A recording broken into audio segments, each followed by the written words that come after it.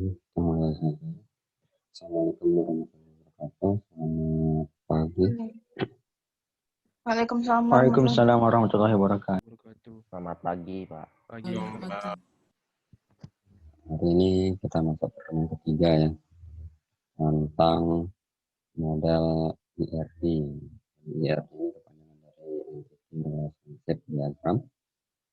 Jadi di sini bagaimana menggambar suatu diagram ya, sebelum kita implementasikan ke database. Ini kita mulai. Jadi konsep IRD itu berupa notasi grafis ya. Jadi namanya diagram ya, kita menggambar ya dalam bentuk grafis ya, dengan bentuk notasi-notasi tertentu ya yang sesuai dengan kaidah penulisan IRD. Kemudian IRD ini masuk ke dalam hal konseptual. Itu sudah kita bahas di pertemuan sebelumnya, di mana level konseptual itu berisi entitas, atribut, dan relasinya. Entitas, atribut, dan relasi itu ada semua di dalam IRD ya, jadi digambarkan di dalam IRD.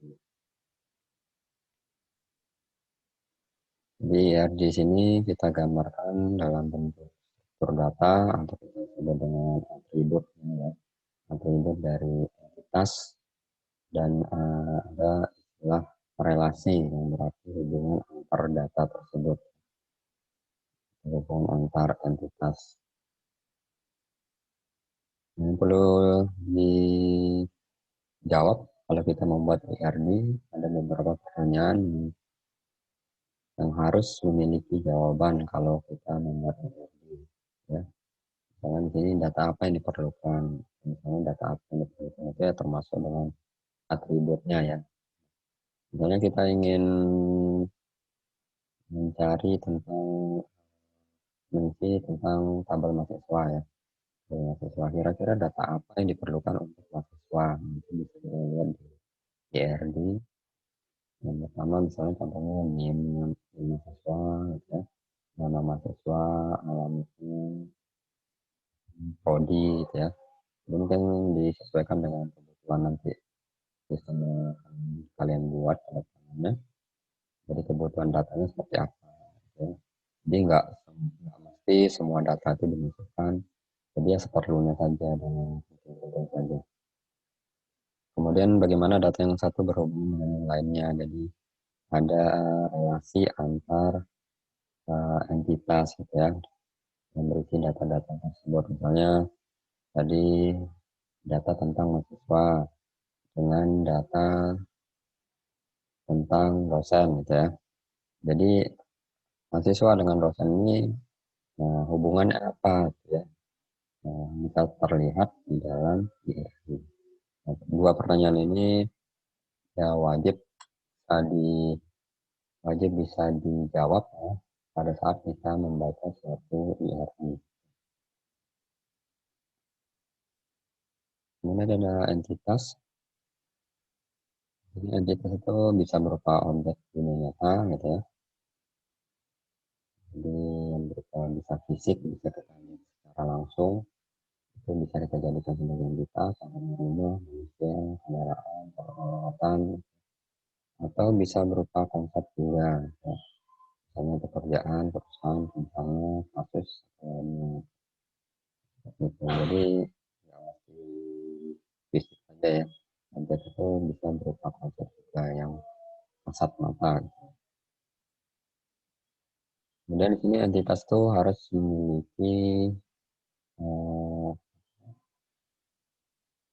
pembeda ya, atau identifikasi yang unik ya dari objek lainnya. Jadi objek itu misalnya entitas mahasiswa, objeknya apa? Objeknya adalah mahasiswa 1, mahasiswa 2, mahasiswa 3 gitu, dan seterusnya. Jadi mahasiswa 1, 2, dan 3 itu adalah objek ya. Jadi bukan mahasiswa secara umumnya ya. Jadi per individu itu adalah objeknya. Ya, kalian itu adalah objek. Ya, nanti istilah objek itu ya nanti bisa dipelajari di PDO dan PDO ya, pemrograman berorientasi objek. Jadi cara menentukan objeknya. Kemudian atribut ini dia menjelaskan entitas tersebut. Ya. Jadi tanpa adanya atribut, entitas yang sudah kita buat itu tidak bisa kita sebut entitas ya, karena nggak memiliki atribut. Jadi minimal suatu entitas itu harus memiliki satu atribut di dalamnya. Saya rasa bisa lebih ya dari satu, nggak mesti satu aja atribut dari setiap entitas. Yang penting ada primary key ya, dari entitas. Kemudian atribut ini kalau kita hubungkan dengan kolom itu adalah nama-nama kolomnya ya. Atribut itu sama dengan nama kolom. Misalnya tabel pegawai kolomnya apa saja. Jadi ada NIP, ada nama, ada alamat, nominasi, dan lainnya. Jadi kalau nama kolom itu sebagai atributnya ya. Di istilah di basis data itu atributnya. Kalau tabelnya itu ya entitas. Ya. Tabel pegawai itu berarti entitas pegawai. Kemudian contoh entitas di sini ya, jadi ada mobil.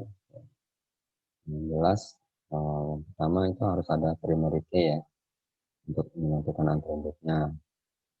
Primary key ini sifatnya unik, tidak boleh ada sama antar objek ya sebelumnya. Karena kalau kendaraan atau mobil ya nomor mesinnya gitu ya, nomor atribut lainnya seperti ini, nomor plat, model, merek, harga, warna, dan buat itu sebagai atribut pelengkap saja, atribut tambahan untuk menjelaskan kalau dia itu sebuah kendaraan atau mobil gitu ya.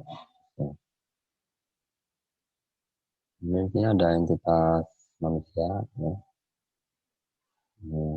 Primary key-nya apa? Nomor KTP ya.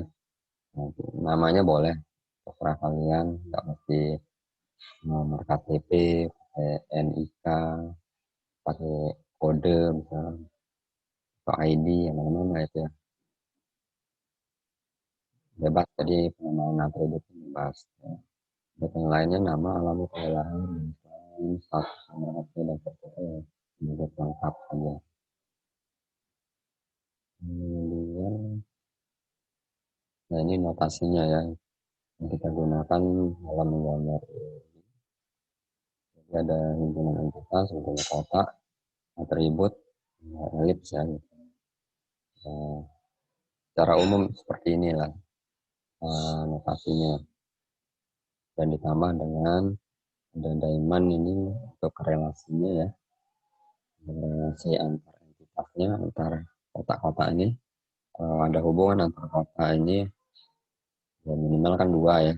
Ya itu pasti nah relasinya apa pakai diamond ini. Kalau link ini ya garis yang untuk menghubungkan antar entitas yang kira-kira berhubungan. Jadi nggak mesti semua entitas yang dibuat di dalam ini itu dihubungkan ya ke semua bagian. Nggak mesti. Jadi kalau semua dihubungkan nanti terjadi redundansi.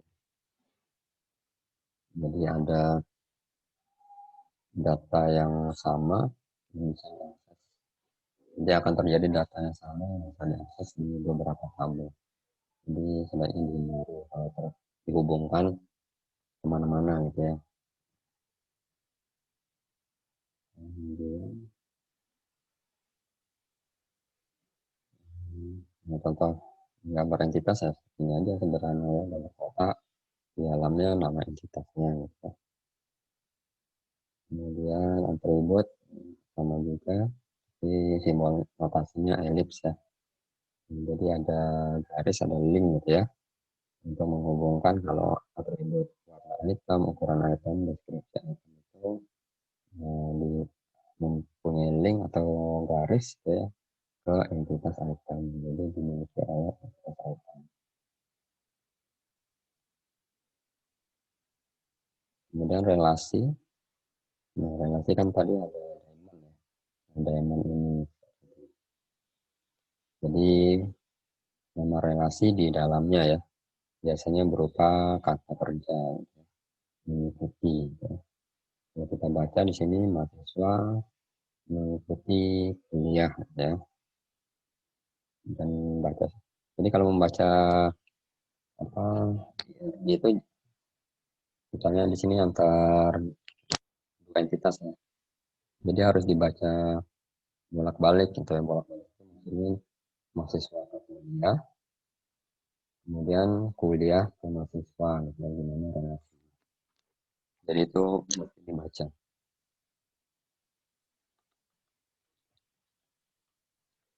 Di sini kita lihat apa atribut ya, atribut mahasiswa itu ada primary key-nya, ada nomor mahasiswa. Nanti mau pakai NIM ya terserah gitu ya. Dan nama ya. Kuliahnya ada kode NPK, kode mata kuliah, mata kuliah. Jadi bukan matematika ya, mata kuliah. Kemudian di relasi itu bisa terjadi apa? Bisa memiliki atribut juga gitu ya. Ini kode mata kuliah diambil dari kuliah gitu ya, dipinjam. Kemarin sudah kita tahu kalau dipinjam itu berarti kan foreign key ya, supaya terjadi relasi ya. Dan nomor mahasiswa ini diambil ke dari tabel entitas mahasiswa ya, di primary key. Dan ada penambahan nilai di dalamnya. Ya.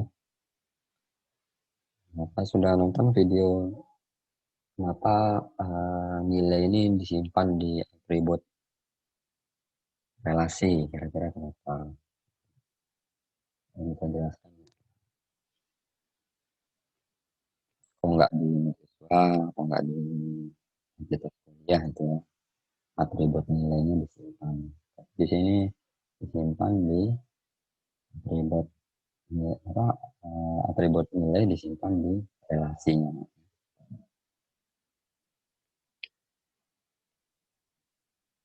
Ya.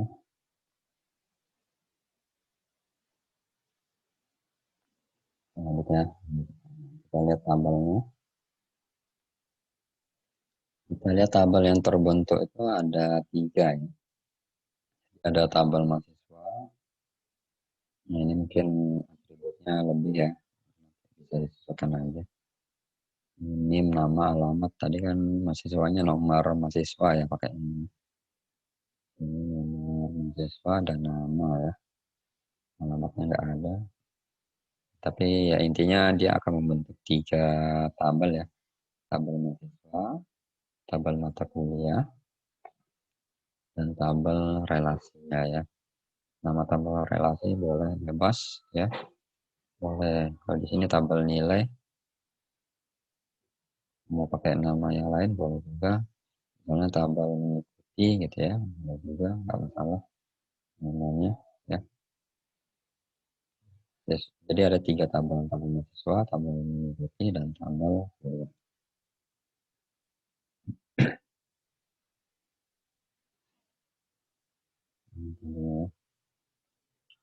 Kemudian rekomendasi penamaan. Pilih nama untuk entitas, atribut, dan relasinya yang menggambarkan kata-kata untuk entitas, atribut, dan relasi itu ya sebaiknya dibuat sesuai maknanya ya, maksudnya seperti apa. Misalnya dosen mengajar mata kuliah, relasinya mengajar gitu. Jadi kan memiliki makna yang sesuai gitu, dosen mengajar mata kuliah. Kemudian gunakan nama tunggal untuk entitas ya. Jadi sebaik entitas ya, satu kata aja. Kalau lebih dari satu kata ya enggak, ya bisa saja ya. Mungkin dua saja ya, dua kata. Panjangan aja. Kemudian nama entitas. Nama entitas ini ya kalau misalnya dua kata, mungkin untuk pemisahnya ya dipakai underscore ya. Gitu. Soalnya supaya nanti pada saat kita melakukan query itu spasi itu nanti dianggap beda gitu ya katanya. Misalnya apa ya, dua entitas.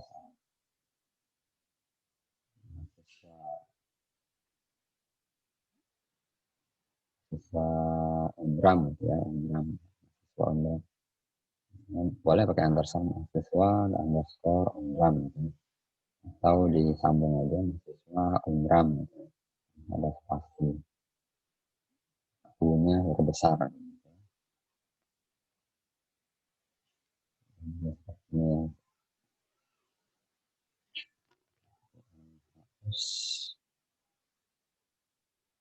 Indram gitu ya. Atau bisa disambung juga.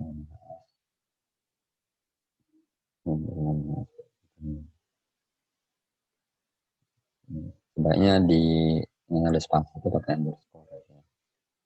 Dan nanti pada saat query codingannya nggak error gitu ya. Nanti pakai spasi nanti dianggap beda ya variabelnya.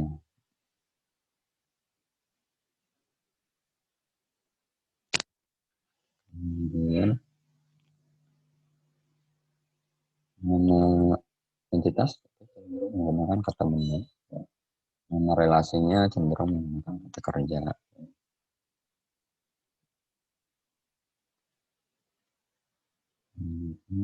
Kardinalitas. Kardinalitas ini untuk menunjukkan jumlah maksimal, jadi maksimal ya. Entitas yang dapat berrelasi dengan entitas lainnya. Bentuknya satu ke satu, satu ke banyak, atau one to many, many to one, banyak ke satu, many to many, banyak ke banyak. Kita lihat contoh satu-satu ya, satu ke satu. Ini kita lihat langsung gambarnya. Jadi penulisan satu-satu itu ya seperti di sini ya, antar entitas dan relasi itu ya, linknya ya, di atas garis itu.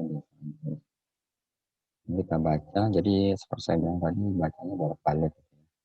Dan kita pikirkan apakah benar atau enggak kalimatnya. Misalnya di sini satu sopir ya, ditugaskan untuk satu mobil. Betul atau enggak? Satu sopir ditugaskan untuk satu mobil. Ini betul ya. Oh, betul. Lanjut baca dari sebaliknya. Satu mobil ya. Kalimatnya gitu ya. Satu mobil penugasannya untuk satu supir gitu ya. Betul juga ya. Betul. Jadi kalau supirnya satu, mobilnya banyak, bisa aja bawa berbarengan gitu. Gak mungkin ya. Biasanya kan tanggung jawabnya hanya satu ya, satu mobil, satu supir. Oke. Kemudian satu ke banyak. Gitu. Ini kelas dengan siswa, nama relasinya berisi. Jadi kita baca satu kelas itu berisi banyak siswa. Betul nggak satu kelas berisi banyak siswa? Apa satu kelas berisi satu siswa? Ada yang kasih pendapat? Betul atau enggak? Satu kelas berisi banyak siswa. Betul. Betul ya? Betul, Pak. Iya, Pak, betul. Betul, Pak. Ya Pak, paham Pak. Nggak mungkin kan satu kelas berisi satu siswa ya. Berapa banyak kelas yang dibutuhkan? Kita baca sebaliknya. Jadi kalau ada M di depan, kita kan baca sekarang siswa ke kelas. Kalau M duluan itu kita baca setiap siswa mengisi satu kelas. Betul atau enggak? Betul. Setiap siswa Betul. mengisi satu kelas. Betul ya? Kalau betul berarti kardinalitas 1M itu sudah sesuai ya untuk relasi ini.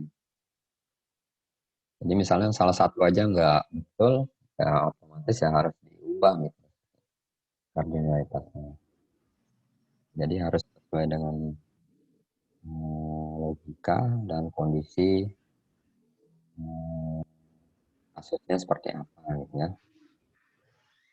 Mungkin kasus di kampus A dengan kampus B itu berbeda ya seperti itu. Jadi disesuaikan untuk relasinya ya.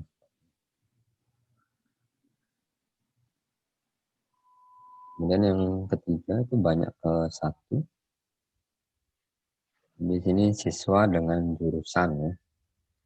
Kita baca dulu siswa dengan jurusan. Karena M ini kita baca setiapnya. Jadi jangan banyak siswa bacanya. Jangan bacanya banyak siswa kuliah di satu jurusan. Tapi bacanya setiap siswa kuliah di satu jurusan. Betul nggak? Setiap siswa kuliah di satu jurusan. Benar. Betul, Pak. Betul, Pak. Betul. Siswa. Betul ya?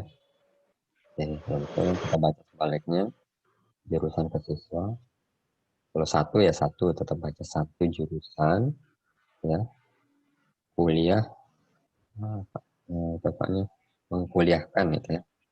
Mengkuliahkan. Jadi dibuat kalimat yang maknanya sedekat mungkin gitu ya. Kata kuliah, mengkuliahkan, ya. Banyak siswa, itu atau enggak? Satu jurusan mengkuliahkan banyak siswa. Betul. Betul. Betul ya? Satu jurusan kan mengkuliahkan banyak siswa kan banyak. Iya. Jurusan TI misalnya. Kan mahasiswanya kan banyak gitu ya. Jadi betul ya. Di dalamnya kan nggak hanya satu mahasiswa aja, nggak hanya satu siswa saja gitu. Ini banyak. Ini betul hubungannya, realitasnya M dan 1. Kemudian selanjutnya banyak ke banyak. Entitasnya siswa dengan mata kuliah. Udah bisa baca nggak? Siapa nih bacanya? Siswa dengan mata kuliah. Setiap siswa mengikuti banyak mata kuliah. Ya, betul ya. Jadi setiap siswa mengikuti banyak mata kuliah. Logikanya betul atau enggak? Betul, Pak. Betul, Pak. Siswa mengikuti banyak mata kuliah. Betul ya. Siswa mengikuti banyak. Jadi satu siswa kan bisa mengambil banyak mata kuliah gitu ya. Nah, ini kita baca sebaliknya. Ini bisa baca sebaliknya dari mata kuliah ke siswa. Tiap mata kuliah diikuti banyak siswa. Setiap mata kuliah diikuti banyak siswa. Betul ya. Satu mata kuliah misalnya kayak ini SBD diikuti banyak siswa kan di dalamnya. Betul ya. Ini sudah sesuai kardinalitasnya banyak ke banyak. Nah ini gambarannya pemetaan kardinalitas. Kalau satu ke satu ya satu aja hubungannya. Kita lihat A ini. One-to-one. A1 ke B1, A2 ke B2, A3 ke B3. Jadi nggak terhubung dengan lainnya. Tapi kalau satu ke banyak, one to many, A1 bisa ke B1, A1 bisa ke B2, ya nggak menutup kemungkinan juga A1 bisa ke B3. Jadi many itu banyak ya, nggak terbatas. Kalau di sini kan A1 cuma 2 aja, dia bisa sebanyak mungkin gitu ya. Jadi kita sebut dengan banyak. Bisa 2, bisa 3, bisa 4, 10 gitu. Dan lebih boleh gitu ya. Itu maksudnya one to many, atau many. Sebaliknya ya kebalikan dari gambar tadi, ini one ya.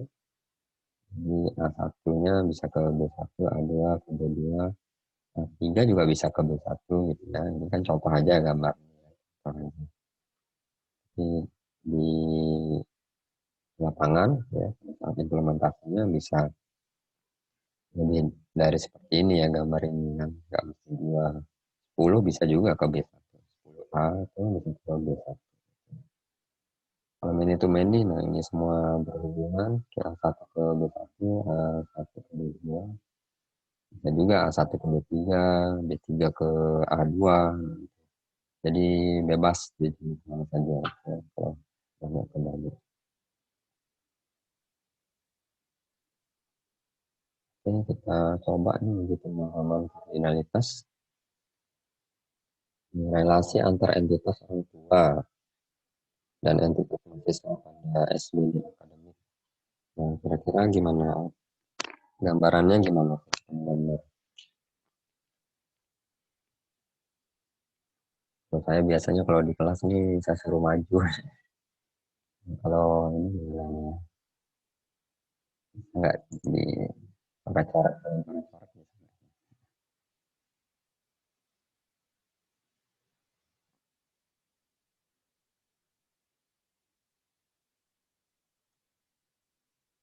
Coba ada yang mau bisa coret-coret nggak? Ada coretan nggak? Muncul di layar. Enggak, Pak, enggak ada. Nggak ada ya?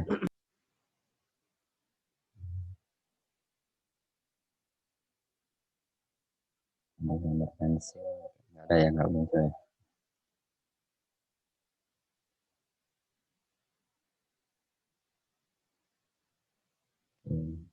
Jadi kira-kira gimana ya? Nomor 1,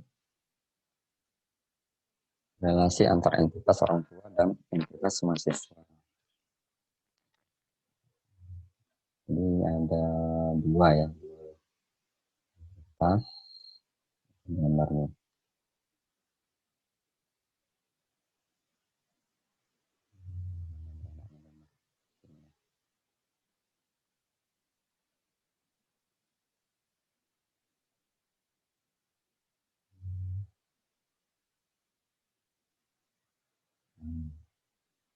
Ini.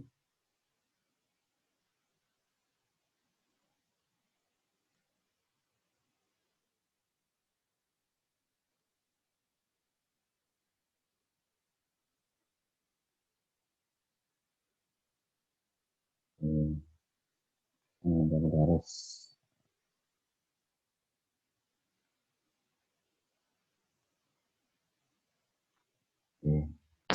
Yang nomor 1 gimana? Entitasnya apa siapa saja? Kira-kira. Orang tua dan mahasiswa. Mahasiswa, orang tua. Ya, orang tua dan siswa ya.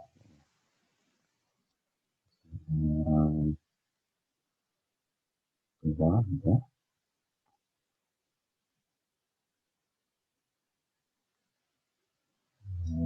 Siswa. NHS tadi.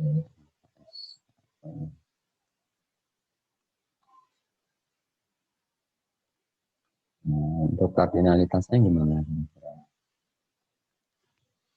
Orang tua dengan mahasiswa. Satu orang tua memiliki satu mahasiswa. Satu ke Entitasnya kan satu. ada 4 pilihan, 1 ke 1, 1 ke banyak, banyak ke 1, banyak banyak. Nah, pilih yang mana ini? One to one. Banyak satu. Hmm? Banyak satu. Banyak ke satu. Banyaknya orang tua ya.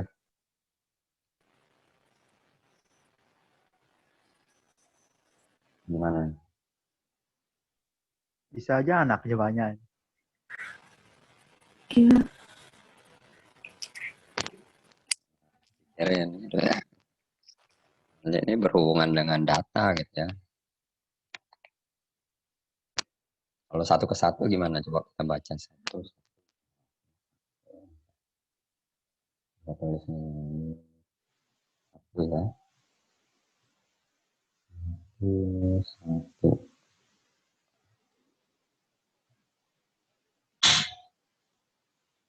Gimana ini kalau satu?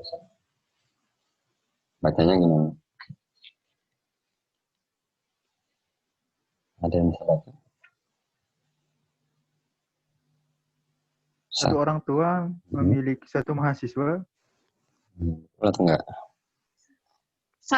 Satu orang tua menguliahkan satu mahasiswa apa gimana? Buat nama relasinya dulu ya. Memiliki aja ya contohnya. Nggak bisa menguliahkan.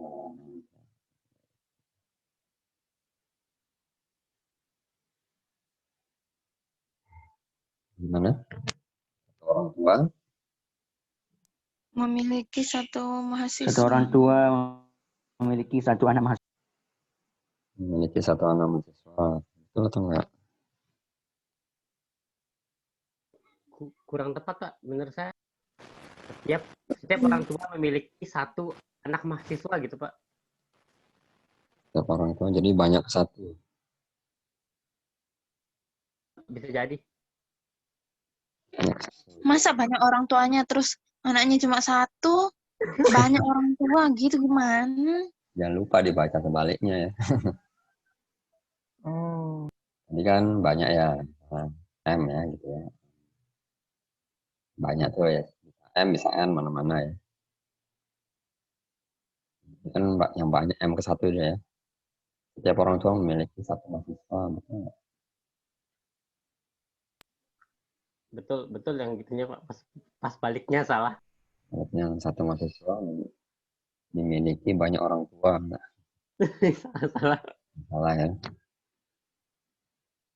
Jadi gimana?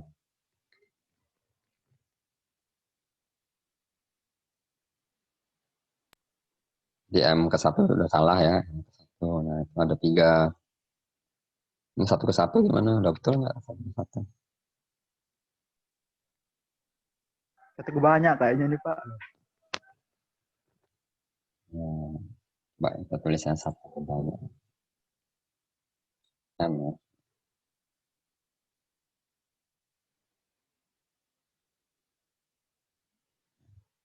Itu banyak.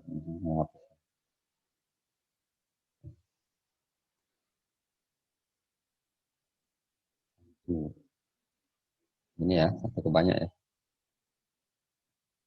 Satu orang tua memiliki banyak mahasiswa. Betul nggak?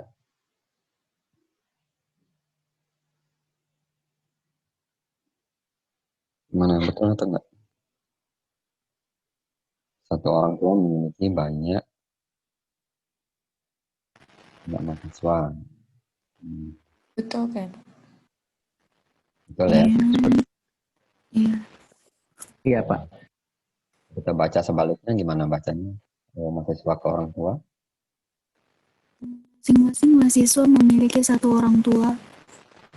Setiap mahasiswa dimiliki satu orang tua. Betul ya? Betul. Betul ya? Orang tuanya cuma 1 ya. Mungkin lebih dari 1 ya. Jadi jawabannya 1 ke M ya. Kemudian selanjutnya kedua nih, relasi antar buku yang dipinjam dan mahasiswa peminjam buku pada SBD perpustakaan. Entitasnya apa namanya kira-kira? Banyak ke banyak. Nama entitasnya dulu. Entitasnya. Meminjam. Jam. Buku Entitasnya dan buku mahasiswa. sama mahasiswa. Buku sama mahasiswa.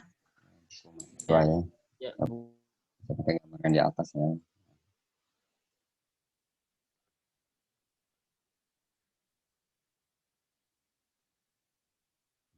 Nah, ya. Buku ya, buku. Dan mahasiswa. Wah, nama relasinya apa? Dipinjam. Jam. Dipinjam. Pinjam. dipinjam, mana-mana ya, meminjam, gitu ya. Iya, Meminjam, dipinjam, gitu ya. Dipinjam. Iya, Pak. Kardinalitasnya gimana ya? Mahasiswa,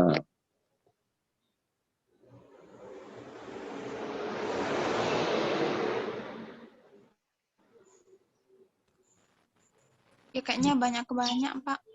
Banyak-banyak. Banyak ke banyak. masa itu banyak. M ya. M ya. Bisa dibaca nggak? Ada yang bisa baca? Dua orang? Setiap buku dipinjam banyak mahasiswa. Betul atau enggak? Betul. Betul, Pak, betul.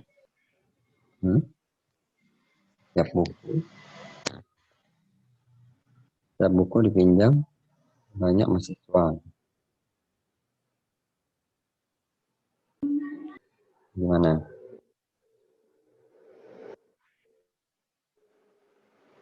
Kalian coba bayangin isinya lah itu. Setiap buku Oh, kayaknya setiap buku dipinjam satu mahasiswa gitu. Banyak ke satu kayaknya, Pak.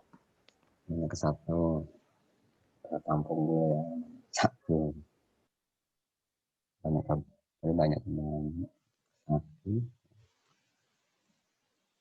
Banyak ke satu. Setiap buku dipinjam Satu mahasiswa. Iya. Bisa jadi ya. Kalau tadi yang banyak ke banyak. Setiap buku dipinjam banyak mahasiswa.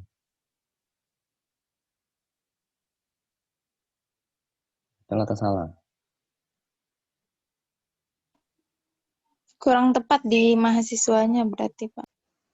Nah, kita baca kebalikannya dulu nih, mahasiswa dengan buku. Misalnya banyak ke banyak. Mana bacanya? Setiap mahasiswa meminjam banyak buku. Betul atau enggak?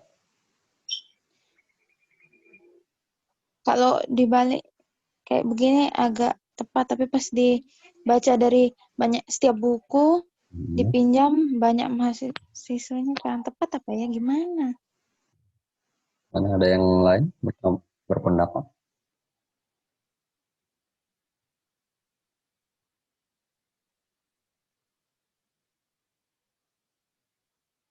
Enggak ada. Oke, kalau menurut saya, Messi, ya gimana? mungkin sebaiknya banyak buku dibaca satu mahasiswa. Ini kan dipinjam. Pinjam. Dipinjam ini di perpustakaan, dipinjam soalnya. Dibaca nggak masalah dulu. Sampingan dipinjam.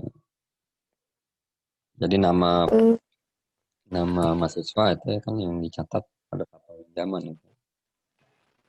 Kalau satu ke satu, Satu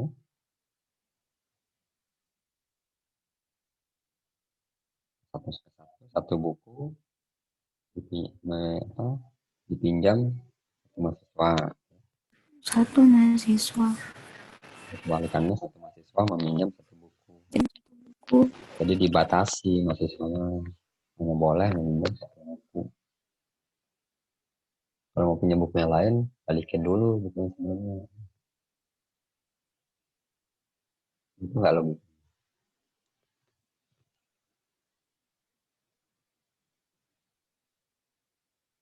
Oke, jawabannya bisa banyak ke banyak, bisa banyak ke satu ya. Ya, Nah, Pak. tergantung kasusnya, isinya. Nah, di sini bukunya misalnya nama buku yang sama, tapi memiliki jumlah lebih dari satu, misalnya buku sistem basis data dengan penerbitnya sama, di perpustakaan tuh ada 10 buku misalnya. Kan nama bukunya kan sama ya. Kan karena ada 10 buku kan bisa dipinjam oleh 10 mahasiswa. Betul nggak? Betul, betul. Iya, Pak. Iya, Iya. Pak. Kecuali kasusnya satu buku saja ya. Nggak ada buku lain lagi gitu di perpustakaan tuh. Jadi sistem basis data yang hanya satu buku aja. Nggak ada buku lain. Atau ada buku lain mungkin dengan kode buku yang berbeda. Nah, kalau yang tadi kan yang ada 10 buku itu ya, nah itu kodenya cukup satu aja. Tapi nanti yang membedakan itu ada stoknya ya. Nah, stoknya itu nanti yang berkurang gitu. 1 kurang 9 jadi 9 gitu ya. Nah, itu tergantung kasusnya sebenarnya. Nanti penerapannya di lapangan ya. Jadi bisa banyak ke banyak atau banyak ke satu ya. Bisa. Mana ada yang masih bingung?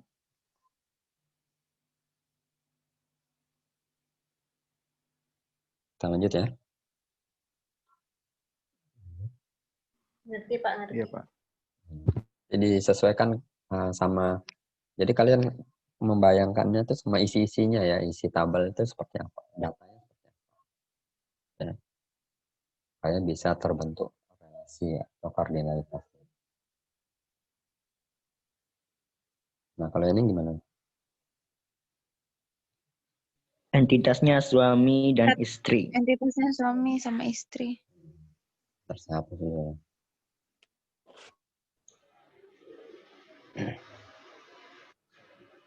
Suami Dan istri. nama relasinya Memiliki. Iya, memiliki. kardinalitasnya. Satu ke satu. Satu ke satu. Kalau yang cowok gimana?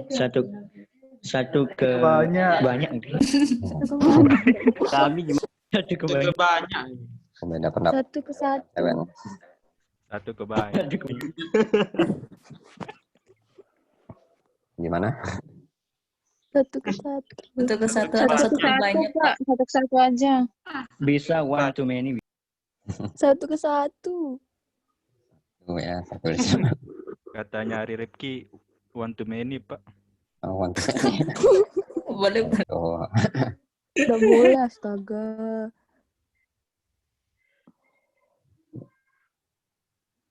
one to many ya tanyain cewek nih gimana.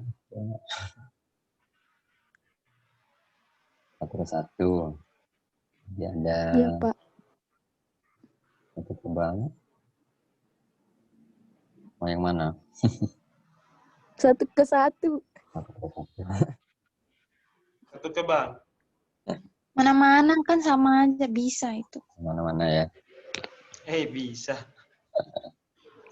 Banyak omong tuh. Tergantung kasus. Kalau di bayangan kalian kalau di Dukcapil gimana? Oh, Satu ke kakak. satu. Kakak. Satu ke satu. Satu ke Satu satu ke ya. satu. Normal biasanya. Kalau di Dukcapil bisa satu suami punya banyak istri. Kok tahu? Astaga. Dia berniat. Sudah pernah lihat kakak? Mungkin. Semangat. Nggak pernah Pak lihat kakak yang istrinya banyak tuh, nggak tahu digabungin atau dipisahin Pak. Kurang tahu. Kayaknya digabungin deh. Nggak tahu dah. Nanti perlu ditanya di Dukcapil. Nanti yang mau PKL, mau PKL. Oke, jadi bisa satu ke satu, bisa satu ke banyak ya. Nah, tergantung ya. Tergantung yang buat basis datanya ya. Apa dia cowok atau cewek? Betul nggak? Oke, lanjut ya. Keempat, relasi antara kamar hotel dan tamu yang menginap di suatu hotel. Entitasnya apa? Sewa. Entitasnya hotel sama tamu. Kamar hotel sama tamu. Kamar hotel sewa bisa. Kamar hotel ya, kamar aja gitu ya. Relasi. Dan hotel, tamu ya, tamu. Nama relasinya? Menginap. Disewa juga bisa. Menyewa. Lihat dong sesuai soal.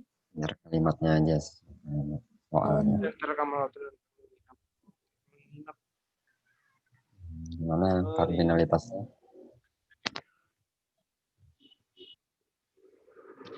Satu kamar. Satu ke banyak. Satu ke satu. Banyak-banyak. Oh, Satu ke satu. banyak. Banyak. Satu ke banyak juga. Oh, banyak ke satu. Banyak ke satu. Banyak-banyak tadi ya. Satu ke banyak. Tulis dulu ya satu. Banyak. Banyak satu. Ini ya.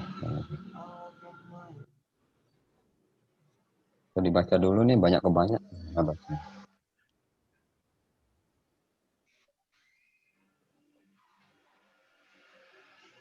Setiap kamar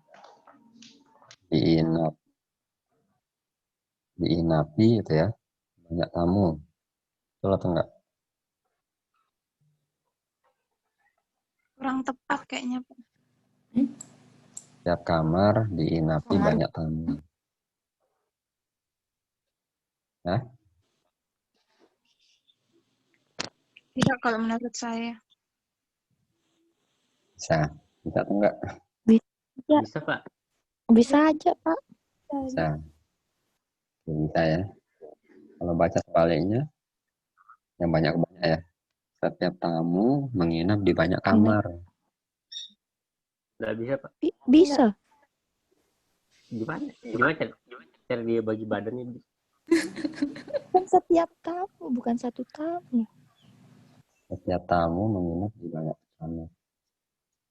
Jadi setiap tuh ya satu individu kalian menginap di banyak kamar. Kamar nomor 1, kamar nomor 2.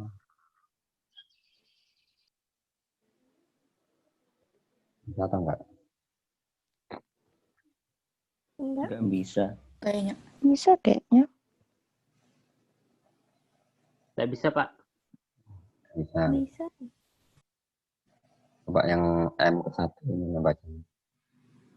Setiap kamar diinapi satu tamu. Satu tamu. Di kamar itu ada satu tamu. Bisa. Bisa. Bisa lah. Kalau yang pernah buka ini enggak apa Traveloka apa?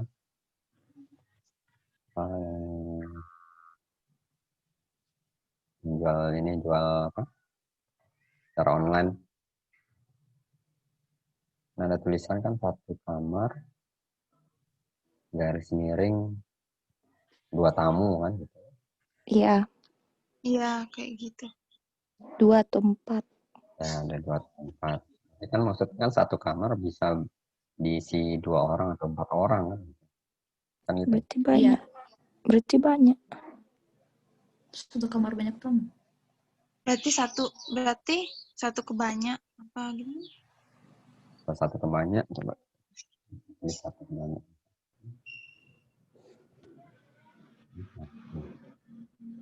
Banyak ya. Jadi satu kamar tapi banyak tamu. Bisa ya? Iya, bisa. Ya bisa, Pak. Kemudian setiap tamu menginap di satu kamar. Iya.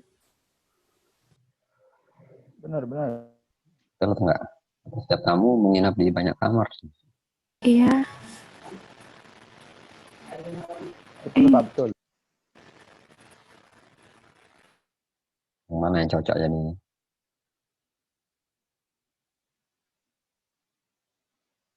Cocok yang mana kira-kira? Satu ke banyak. Satu ke banyak. Kebanyak, banyak kebanyak. Yang satu ke banyak. Gitu. Nanti coba kalian cobalah di Traveloka ya, sistem mereka. Misalnya kalian kalau banyak-banyak ya misalnya. Kalau baca sebaliknya misalnya setiap tamu menginap di banyak kamar. Bisa nggak dia pesan satu orang kan memesan banyak kamar. Nah, dicoba di sistem online ini ya. Saya belum coba juga. Kalau bisa berarti banyak banget. Bisa aja sih Pak kita pesen banyak kamar tapi kosong. Ada yang pernah coba nggak gitu? Ya namanya Belum pernah. nama kita gitu ya. Cuma yang tempatnya keluarga kita ya. Gitu.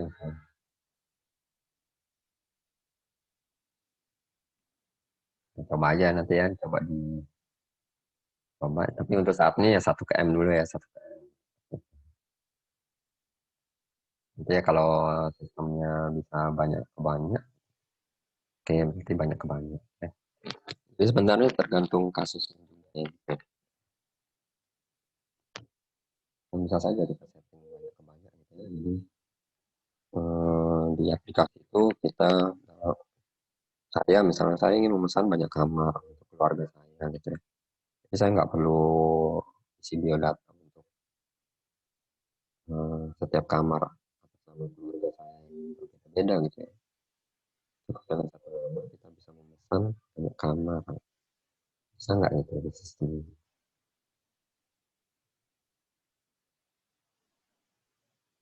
Ya, nanti coba sendiri ya. Karena Traveloka, Bukalapak kan ada itu jasa hotel ya. Oke, lanjut. Nah, terus dulu. Nah, tadi penulisan satu persatu itu bisa berupa satu-satu gitu ya tadi. Satu-satu M gitu ya. Nah, ini bisa juga kita gambar seperti ini. Kalau satu-satu ya satu garis saja. Kalau banyak one to many, misalnya ini satu garis. Many itu ya ada cabang 3 ini. Bisa juga kita gambar seperti ini. Nah, ini many to many berarti cabang semua ya dari setiap sisinya. Nanti terserah kalian kayak mana gitu ya. Simbol kardinalitas. Kemudian derajat minimum. Kalau tadi kan kita selalu sebutnya maksimum ya. Bisa juga kita tulis minimum itu tapi di sini opsional aja. Boleh dipakai, boleh enggak ya. Boleh ditulis, boleh tidak ya. Opsional aja. Jadi kita lihat penulisannya di dalam tadi kan kardinalitas 1 gitu ya di atas garis kan itu. Nah, kita bisa tulis seperti ini dalam di atas garis itu labelnya X, Y. X itu adalah nilai minimalnya. Y itu adalah nilai maksimal. X-nya berapa minimal, maksimal. Kalau tadi kan maksimal saja kita sebut N ya. Kalau N ya tanpa batas ya banyak. Ini contoh penulisannya 0,N jadi minimal 0, maksimal banyak ya. Nah, ini juga minimal 0, maksimal banyak. Jadi 0 mahasiswa, minimal 0 mahasiswa ya. Ini mengikuti pengajaran ya. Banyak atau kita kuliah gitu ya. Kita baca sebaliknya setiap kalau baca dosen ya setiap kuliah ya contohnya kalimat mengajarkan ya kepada minimal 0 mahasiswa atau banyak mahasiswa, kan tergantung minat ya. Seperti mata kuliah pilihan kan kita ya ada saja yang minat gitu ya, 03 misalnya, ada yang 10 orang gitu ya, kan tergantung minat ya dari mahasiswa yang mengikuti mata kuliah tersebut. Nah, ini contoh IRD. Ini nanti coba dibaca ya, apakah kondisinya sudah benar atau enggak untuk SBD akademik. Fakultas, daftar, mahasiswa, ambil, mata kuliah, ajar, dosen, dan fakultas. Jadi coba logikanya betul enggak itu ya, untuk fakultas mahasiswa 1 ke N. Kalau salah ya otomatis saya ganti prioritas. Cepat aja ya, bisa sambil baca, lihat di video ya. Slide mana? Ini entitas ya, entitas kuat, ya, entity sama entitas lemah, entity. Jadi entitas yang kuat ini dia bisa berdiri sendiri tanpa bergantung dengan entitas lainnya ya. Kalau entitas lemah ini dia bergantung dengan suatu entitas. Kalau entitas tempat dia bergantung itu nggak ada, otomatis entitas lemah ini yang nggak ada juga gitu. Contohnya entitas kuat itu ya pegawai ya. Simbolnya kotak seperti biasa, notasi entitas. Kalau yang lemah itu ada kotaknya 2 gitu. Ini untuk primeriknya jangan lupa di garis bawah ya. Jadi supaya pada saat kita membaca IRD langsung bisa tahu di basis data yang kalian rancang itu primeriknya apa gitu. Ini pegawai ya, primeriknya ini untuk entitas lemah itu tanggungan ya. Jadi nggak ada entitas tanggungan jika tidak ada pegawai ya. Maksudnya ya, seseorang yang bukan pegawai gitu ya, misalnya dia kerja jualan gitu ya, jualan kaki lima gitu ya. Untuk tanggungan ya otomatis ya nggak ada ya tanggungan. Maksudnya ini berbicara di sistem ya. Misalnya kalau pegawai kan ada tanggungan anak, tanggungan istri ya buat istri dan anak. Nah, kalau yang bukan pegawai itu ya penjual asongan gitu ya seperti itu. Ada nggak tanggungannya? Ya bisa ke sistem ya. Kalau tanggungan kan setiap orang harus menanggung ya, kepala keluarga gitu. Gitu ya. Jadi bacanya seperti itu. Kemudian ada jenis atribut. Atribut ini adalah primary key ya. Jadi sifatnya unik. Ada atribut simpel, ini nilainya tunggal. Nilainya tidak boleh lebih dari 1. Atribut multi value itu nilainya boleh lebih dari 1. Punya gelar itu ya. Hobi itu nilainya lebih dari 1. Kemudian atribut komposit. Ini atribut yang masih dapat diuraikan lagi. Jadi bisa kita pecah lagi gitu ya. Alamat itu bisa kita pecah jadi jalan, RT, RW, kabupaten, kecamatan, provinsi, kode pos gitu. Kemudian atribut dari faktor ini atribut yang dihasilkan dari turunan atribut lainnya ya. Jadi dihitung oleh atribut lainnya secara otomatis oleh sistem. Misalnya umur, sistem bisa menghitung secara otomatis ya berdasarkan tanggal lahirnya dan tanggal hari ini ya. Tinggal dikurangi saja, jadi konversi ke bentuk tahun dan hari ya, berapa tahun dan berapa hari umurnya.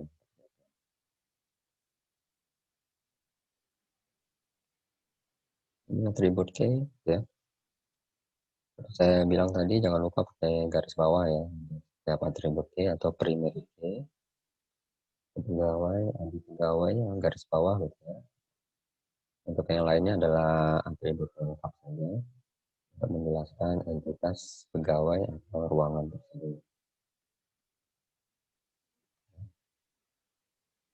Kemudian foreign key ini yang dipinjam ya. Jadi primary key yang dipinjam oleh entitas lain supaya terjadi relasi. Ini contohnya sudah kemarin ya, redundansi penjelasan sudah berkali-kali ya saya jelaskan foreign key ini ya. Jadi file send dengan mata kuliah. Nah, di sini ada dosen 1 KN gitu ya. Nah, foreign key-nya di mana gitu ya. Sebenarnya nanti di materi selanjutnya itu ya, di depan itu jadi penempatan foreign key itu biasanya ini kan koordinatornya 1M ya. Nah, biasanya penempatan foreign key itu di banyak jadi nah, nanti kita pelajari di pertemuan selanjutnya ya. Jadi seperti ini kalau kita buat tabelnya, tabel mata kuliah dan tabel dosen. Nah itu ya. Jadi foreign key itu ada di tabel mata kuliah. Nah ini kan kode dosen kan sebagai foreign key ya. Yang dipinjam dari primary key di tabel dosen. Ya, itu dia aturannya. Kalau sebaliknya ya nanti akan agak kacau juga, nanti bisa dibayangkan kalau sebaliknya. Kalau primary key foreign key-nya di dosen, maka kan yang dipinjam kan kode MK ya. Kode MK-nya masuk di tabel dosen. Nanti bisa dibayangkan isinya seperti apa ya. Isinya pasti kode dosennya akan ditulis berulang kali kan. Ya kan nggak boleh menulis berulang kali kode yang sama ya. Primary key yang sama nanti kan bukan unik lagi sifatnya. Ya. Nilainya bisa lebih dari 1.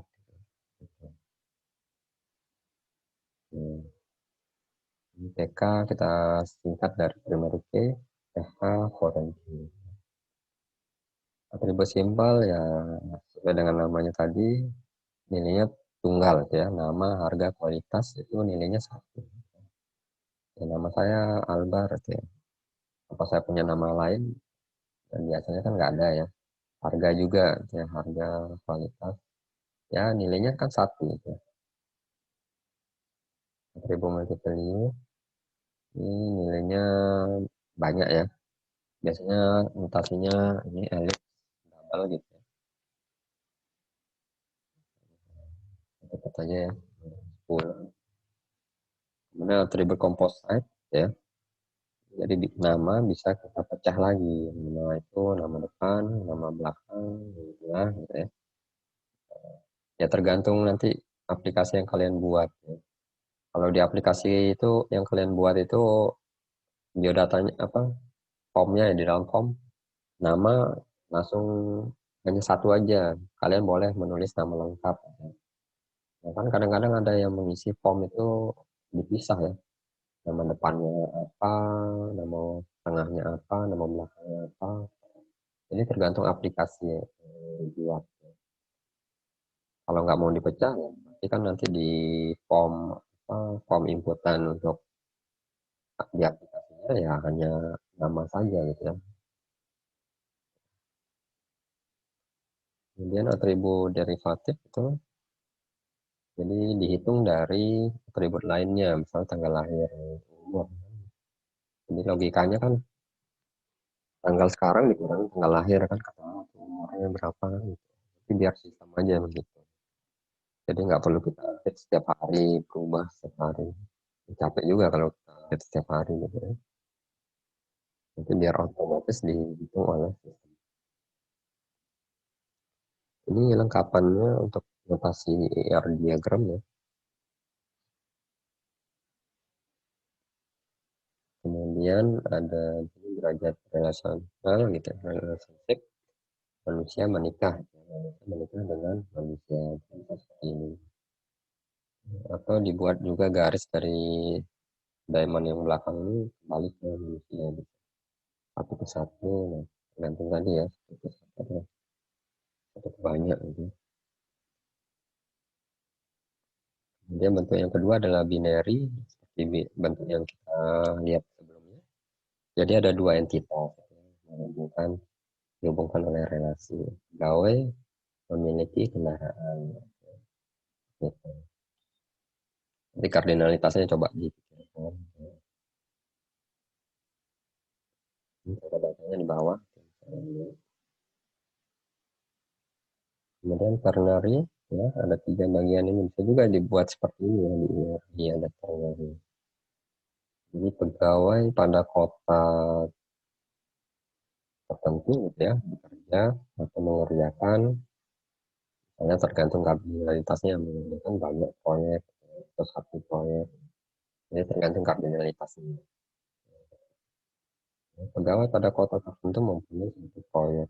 Pegawai pada kota tertentu mempunyai satu proyek atau banyak proyek.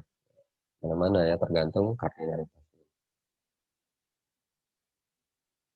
Kemudian batasan relasi, ini ada partisipasi total dan partisipasi sebagian. Partisipasi total ini jadi yang kita bicarakan itu adalah relasinya ya, hubungan antara relasi. Misalnya di sini dosen dengan mata kuliah.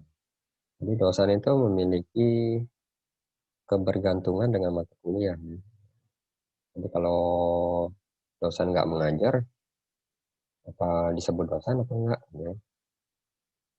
Kemudian kalau sebaliknya mata kuliah bergantung juga pada dosen. Kalau nggak ada dosen yang mengajar di mata kuliah tersebut, gimana? Apa bisa jalan nggak mata kuliahnya? Nggak bisa ya. Itu kan dia memiliki saling kebergantungan yang disebut partisipasi total. Tanpa adanya dosen, ya mata kuliah nggak jalan. Ya. Tanpa ada mata kuliah, nah, dosen nggak bisa bekerja gitu ya. Jadi tugas dosen itu ada 3, ada tridharma perguruan tinggi namanya. Ada pendidikan itu termasuk pengajaran, ada penelitian dan pengabdian. Jadi ada 3 tugas pokok dari dosen gitu, yang harus dikerjakan. Jadi kalau salah satu nggak dikerjakan ya belum lengkap ya sebut dosen. Gitu. Nah, ini partisipasi sebagian seperti ini. Jadi dosen, satu dosen mengkoordinir banyak dosen ya. Misalnya Koprodi ya, Koprodi kan dosen juga ya, dosen. Koprodi mengkoordinator banyak dosen, betul ya. Tapi setiap dosen itu tidak bisa mengkoordinir satu dosen yang lain gitu. Jadi karena kondisi seperti ini, ya hanya sebagian partisipasi sebagian istilahnya. Jadi hanya satu aja yang, jadi nggak dia timbal balik gitu ya, saling bergantung. Hanya satu aja yang memiliki kebergantungan gitu ya.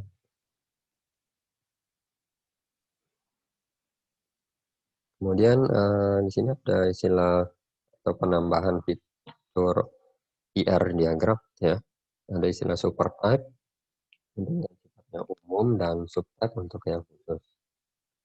Kita lihat di sini untuk yang supertype, jadi umum gitu ya, atribut-atribut yang bersifat umum ini kita tuliskan di supertype ya. Kalau yang khususnya, atribut-atribut yang tidak ada di supertype ini kita tulis di subtype. Subtype 1, subtype 2, subtype 3. Dan subtype atribut yang ada di subtype 1, 2, dan 3 ini tidak boleh sama gitu ya. Kalau sama ya sebaiknya digabung saja, ngapain dipisah gitu. Misalnya subtype 1 ini atributnya name gitu ya. Subtype 3 atributnya name juga. Ya, karena sama-sama atributnya NIM ya digabung saja gitu ya, subtype 1 dan 3. Jadi satu entitas saja, mau pilih subtype 1 yang dihapus atau subtype 3-nya yang dihapus. Jadi pilih salah satu. Untuk gambarannya seperti ini. Jadi ada simbol lingkaran, nah ini ada simbol garis melengkung. Kemudian dalam pembuatannya itu ada dua cara pola pikir ya gitu ya, generalisasi dan spesialisasi. Kalau generalisasi kita pikirnya dari khusus baru ke umum ya. Kita pikirkan dulu khusus-khususnya. Kalau tadi kan contohnya nih, umum itu supertype itu mobil. Kalau khusus tuh jenis-jenis mobil itu apa? Sedan, bus, dan van ya misalnya. Nah, sekarang kita lihat kalau yang generalisasi kan tadi bottom up gitu ya. Bawah ke atas. Jadi khusus dulu, up itu umum gitu ya, khusus baru umum. Kalau spesialisasi pola pikirnya kita pikirkan umumnya dulu baru khususnya gitu ya. Nah, nanti pola pikir kalian ya boleh mana-mana ya. Mau pakai generalisasi atau spesialisasi. Ya. Kadang-kadang kan imajinasi setiap orang itu kan beda-beda ya. Jadi lebih enak buat khusus dulu baru umum atau sebaliknya. Ini simbol yang tadi bisa diganti dengan is ya. Di is a gitu ya. Bisa juga menggunakan simbol panah seperti ini. Dia mengarah ke super. Nah, kalau di pemrograman berorientasi objek itu ada istilah pewarisan ya. Jadi pewarisan itu subtype ini adalah orang tua, subtype-nya adalah anak. Jadi atribut yang dimiliki oleh orang tua itu bisa diwariskan ke anak-anaknya. Jadi nggak perlu kita tuliskan lagi atribut umum ini ke subtype-subtype-nya. Karena bisa kita wariskan. Karena seperti itu jadi lebih kelihatan ringkas gitu gambarannya ya. Karena kita nggak perlu tulis berkali-kali atribut yang sama.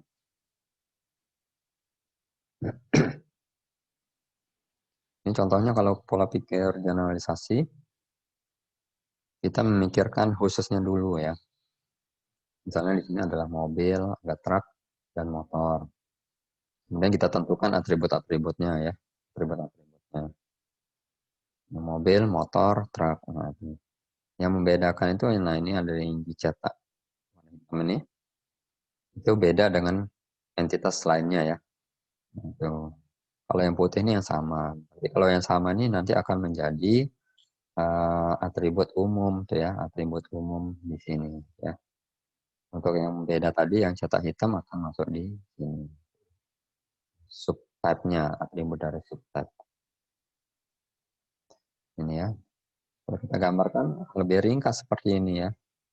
Jadi yang umum tuh atribut umumnya kita tulis satu dalam subtype-nya. Untuk yang membedakan mobil dan truk itu kita tulis di setiap atribut dari entitas tersebut ya, mobil dan truk. Nah, sedangkan tadi kan ada motor ya. Nah, motor ini kan atributnya sama ya, atributnya sama. Ini karena sama, kita nggak perlu buat subtype-nya ya, tapi cukup masuk ke dalam supertype untuk motor. Ya. Nah, subtype-nya itu kita kasih nama kendaraan. Jadi umum ya. Jadi mobil, truk, dan motor tadi termasuk apa? Kendaraan.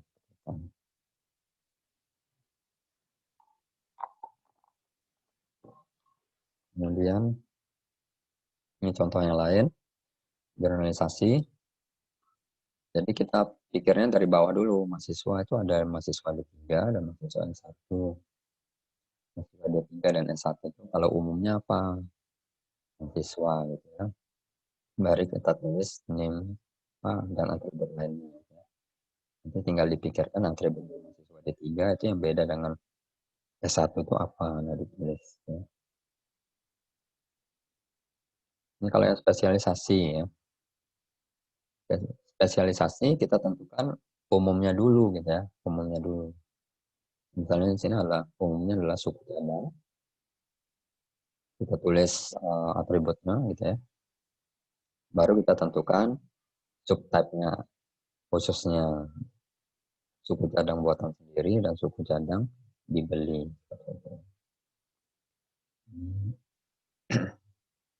Atribut khusus ya untuk suku cadang buatan sendiri.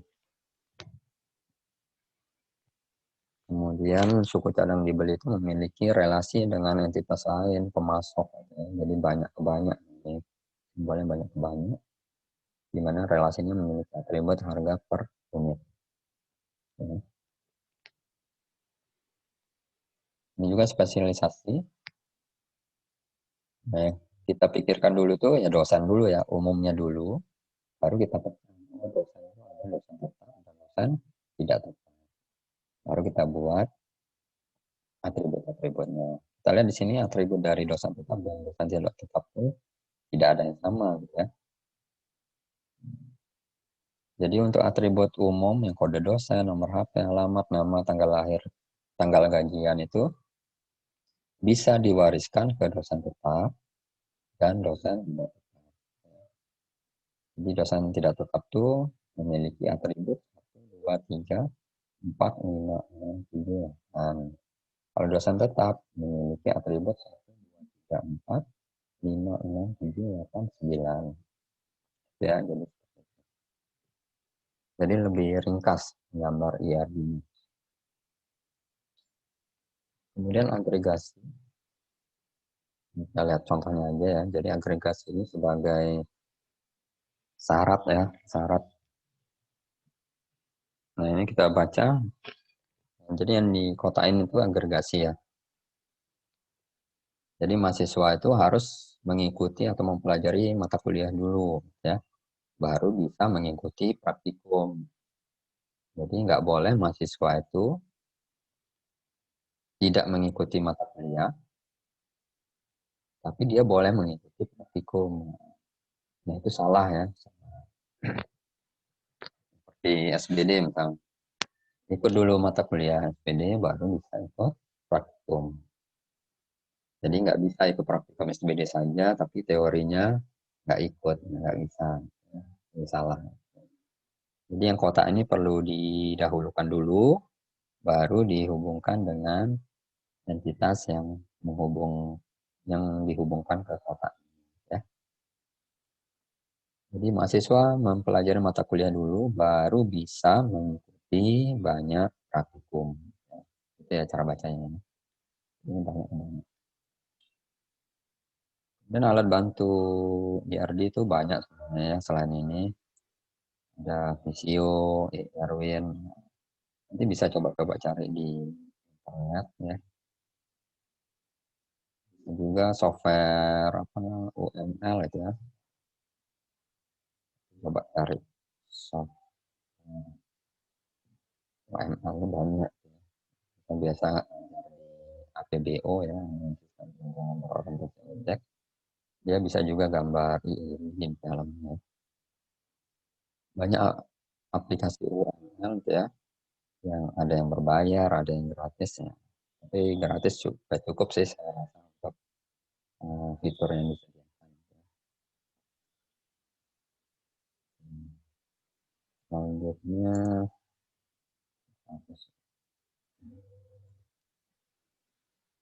langkah-langkah membuat IRD. Tadi ya, dari awal mengidentifikasi dan menetapkan seluruh himpunan entitas yang akan terlibat. Jadi kita buat sistem tuh pilih dulu entitas yang terlibat ya. Terlibat dulu. Yang penting-penting saja. Ya. Misalnya membuat sistem informasi akademik, entitasnya apa? Gitu ya. Misalnya ada mahasiswa, ada dosen, ada prodi misalnya. Padahal kan di lingkungan sistem informasi akademik, di lingkungan kampus ya, kan banyak entitasnya. Ada satpam, ada apalagi ada pegawai direktorat misalnya ya, pegawai bagian direktorat. Itu apakah semua harus masuk sebagai entitas atau enggak kan? Satpam kan nggak perlu ya masuk ke siang. Entitas satpam ya nggak usah dimasukin ya. Tapi yang perlu aja itu ya, yang penting yang berhubungan dengan sistem. Kemudian setelah itu, setelah atribut entitas terbentuk, baru kita tulis atribut key-nya dulu ya, primary key-nya dari step entitas. Baru mengidentifikasi dan menetapkan seluruh himpunan relasi ya, dan foreign key-nya ya, yang ditulis juga. Setelah itu kita tentukan kardinalitasnya, derajat kardinalitas ya. Apakah satu ke satu ke banyak, banyak ke banyak, banyak ke satu, itu ditentukan. Kemudian dilengkapi atribut lainnya ya, atribut tambahan ya. Tadi baru primary key saja ya, dan foreign key. Ditambahi atribut tambahannya. Misalnya atribut apa ini kan di langkah kedua kan baru ditulis name saja ya. Nah, untuk yang langkah yang terakhir ini tulis selain name itu apa, ada nama, alamat gitu ya. Ya, sesuai dengan keperluannya saja ya, untuk atribut pelengkapnya. Ya. Kemudian lihat kembali IRD yang dibuat apakah masih perlu penghalusan dengan batasan relasi ya. Di kardinalitas tadi. Jadi coba dibaca-baca gitu ya. Nah, betul nggak logikanya seperti tadi kan, setiap mahasiswa mengisi satu kelas atau banyak kelas, nah itu perlu dipikirkan supaya lebih halus atau benar gitu. Oke, nanti dicoba sendiri ya studi kasusnya, coba gambar IR. Kan tadi kan sudah coba contoh-contoh dikit ya tadi uji pemahaman. Ini ada kasus di rumah sakit, ada nah entitasnya siapa gitu ya, dan relasinya gimana serta kardinalitasnya ya. Oke, ini ada apa pembagian ya, VVIP, VIP, bisnis dan ekonomi ya. Nah ini pakai tadi yang generalisasi atau spesialisasi, coba dipikirkan, dibaca-baca dulu, latihan ya. Oke, mungkin materinya itu saja. Kira-kira ada pertanyaan? Panjang juga materi. Ada pertanyaan?